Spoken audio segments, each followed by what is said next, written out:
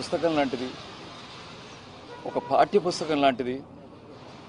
మన తెలుగు సత్సంప్రదాయాల్ని కానీ, మన సంగీత సాహిత్యాల్ని కానీ అన్నింటినీ బ్రతికించి మానవతా విలువల్ని, ఒక మానవీయ సంబంధాల్ని వెండితెర మీద ఆవిష్కరించిన మహానుభావుడు. తెలుగు మట్టి వాసన కనిపిస్తూ ఉంటుంది సినిమాల్లో.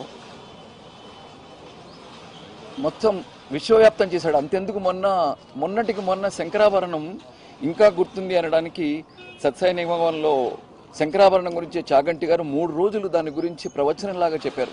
అంటే ఒక రామాయణ భాగవత భారతాల గురించి ప్రవచనం చెప్పినట్టుగా 3 రోజులు ఆ సినిమా గురించి చెప్పారంటే ఆ సినిమా ఎంత గొప్పది, ఎంత విశ్వవ్యాప్తమైన సినిమా.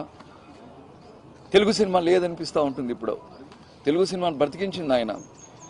ఒక దిక్సూచి, ఒక ఉదాహరణ. ఈ సంవత్సరం అంతా మహానుభావులు అందరూ మిస్ అవుతా ఉన్నాం. చాలా గొప్ప గొప్ప. ఆయన ఆత్మకు శాంతించాలని మనస్ఫూర్తిగా కోరుకుంటున్నాను.